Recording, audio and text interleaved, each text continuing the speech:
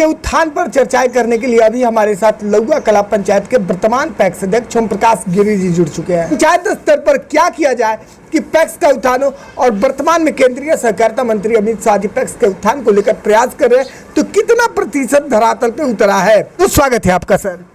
आपका भी चैनल को स्वागत है और जो दर्शक देख रहे हैं उनको भी स्वागत है। पैक्स एक समिति है, तो इस समिति का संचालन पंचायत स्तर पर कैसे किया जाता है? देखिए, पंचायत स्तर पर जो है तो पंचायत का जो ग्राम पंचायत होता है वो जो मुखिया ग्रामीण विभाग से जुड़ा हुआ है वो अलग चीज़ है। इसमें पैक्स जो है सो इसमें अलग से जो मेंबर बनाया जाता है। आप सबसे ज़्यादा मतदाता हमारे यहाँ लगभग 3000 कुछ मतदाता है, और पैक्सों में आप जाएंगे तो किसी में 600, 800, 1000, 1200, 15 से ज़्यादा नहीं है। कारण कि हम पैक्स के साथ साथ ग्राम मुखिया का भी चुनाव लड़ते हैं, पंचायत समिति का या जिला पार्षद का भी। तो हम जो भी मतदाता हमारे पास आवेदन करता है उसका हम सदस्य बना देते हैं मतदाता सूची में। सबसे बड़ी बात यहाँ पे आ रही है कि पैक्स समिति के संचालन के लिए कुछ सदस्य होते हैं, तो उन सदस्यों की क्या भूमिका होती है पैक्स समिति के संचालन में? वैसा ही भूमिका होती है जैसे ग्राम पंचायत है या मुख्यमंत्री का कार्यकारिणी का जो उनका भी कार्यकारिणी का बैठक होता है ना, कैबिनेट का। तो जो कैबिनेट से प्रस्ताव पास हो गया या ग्राम पंचायत में वार्ड सदस्यों से कैबिनेट होते हैं, इससे उसी प्रकार हम लोग का भी कैबिनेट होता है, जिसमें 11, 12 हमारे यहाँ भी 8, 9 कैबिनेट में सदस्य हैं। तो जो भी प्रस्ताव पारित होना है उस सदस्य कैबिनेट के जो प्रबंधकारिणी समिति का हम सदस्य बोलते हैं, तो उसी के आधार पर बहुमत के आधार पर जो भी प्रस्ताव हम लोग लाते हैं और वो सदस्य जो पारित कर दिए वो प्रस्ताव पारित हो गया। अच्छा सर, पैक्स समिति का संचालन सदस्यों के माध्यम से होता है, चाहे वो कार्यकारिणी के सदस्य हो या फिर पैक्स प्रबंधक हो, लेकिन जनता पैक्स अध्यक्ष को चुनती है। तो जनता पैक्स अध्यक्ष को किस उद्देश्य के साथ चुनती है और पैक्स अध्यक्ष का क्या दायित्व होता है पैक्स समिति के अंतर्गत? से भी धान अधिप्राप्ति होता है, धान अधिप्राप्ति हम लोग करते हैं। अब रह गया खाद बीज का लाइसेंस लेना, तो उसमें भी सरकार का मंशा है कि उसमें केमिस्ट्री ऑनर्स की क्या वैसा कुछ अपना किया था, लेकिन अभी कुछ उसको जो इसका मतलब उर्वरक का लाइसेंस लेने का जो कुछ सरल प्रक्रिया किया है बिहार सरकार ने, जिसमें हो सकता है कि पैक्स को उर्वरक का लाइसेंस या बीज का लाइसेंस मिल जाए, जिसमें किसानों को सुविधाजनक मिलेगा। बिहार में पैक्स समिति के अंतर्गत जो है हरित क्रांति में ट्रैक्टर, टाली, रोटावेटर, कल्टीवेटर, हार्वेस्टर, एक तरह से कहा जाए आम बोलचाल की भाषा में तो कृषि यंत्र और कृषि उपकरण दिए जाते हैं, तो वो क्यों दिया जाता है सर पैक्स समिति के अंतर्गत? देखिए, कृषि यंत्र मुख्यमंत्री हरित कृषि संयंत्र योजना के माध्यम से सहकारिता विभाग का ये अच्छा प्रयास है कि पंचायत में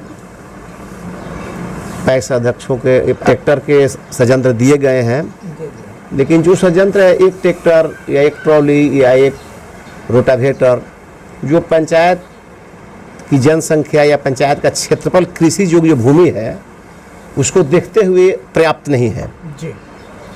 क्योंकि कम से कम 4 या 5 ट्रैक्टर यदि हो तो अपने सदस्यों को हम लोग सेवा सुचारू रूप से चलाने में सक्षम रहेंगे।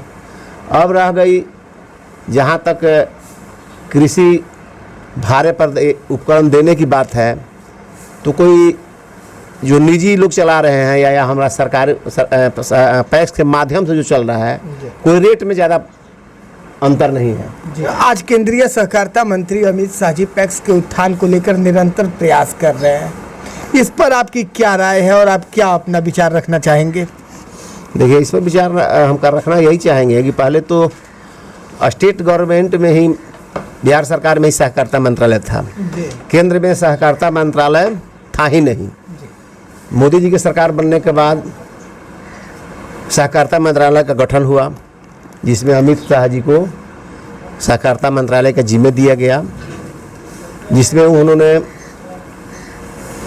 कानूनी विशेषज्ञों से सलाह मशवरा करके अनेकों प्रकार की त्रुटियों को दूर करते हुए अनेकों प्रकार की सुविधाएं, मैंने कई तरह की योजनाएं, मधुमक्खी पालन, मत्स्य पालन, नल जल योजना के अंतर्गत बहुत से ऐसे योजनाएं हैं जो चाहते, poultry farm, cold storage, petrol pump, gas agency वगैरह वगैरह, वो चाहते हैं कि हम पैक्स का उत्थान करें और पैक्स को सुचारू रूप से मैंने बृहद पैमाने पर हर एक स्टेट में ये जो पैक्स है सो कुछ चुनिंदे राज्यों में ही चल रहे हैं। बिल्कुल। लेकिन उनका कहना है कि कम से कम 1 लाख या 1.5 लाख या 2 लाख पैक्सों को हम बढ़ाएंगे।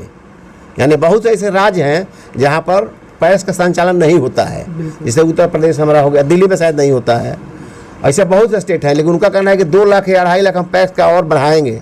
तो लगता है कि एक पैक्स में या सहकारिता मंत्रालय में एक नई क्रांति आएगी। बिल्कुल। तो डेली याद न्यूज़ के माध्यम से आपको पूरे बिहार और आपके ज़िले की जनता भी देख रही है, आप पैक्स के दायित्व को लेकर और पैक्स के उत्थान को लेकर जनता से क्या कहना चाहेंगे सर?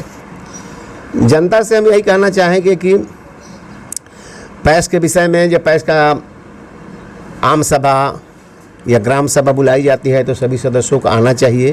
पैक्स में जो भी मतदाता हमारे हैं, निवेदन मेरा हमारे कैबिनेट के पास या हमारे हम अध्यक्ष हैं, प्रबंधक हैं, या हमारे प्रबंध समिति के पास, वो लोग अपना आवेदन करें, सबका नाम पैक्स से जोड़ दिया जाएगा। बिल्कुल, काफ़ी सराहनीय पहल है। चलिए जी, चैनल से जुड़ने के लिए और अपना कीमती समय देने के लिए बहुत बहुत धन्यवाद आपका। आपको भी बहुत बहुत धन्यवाद।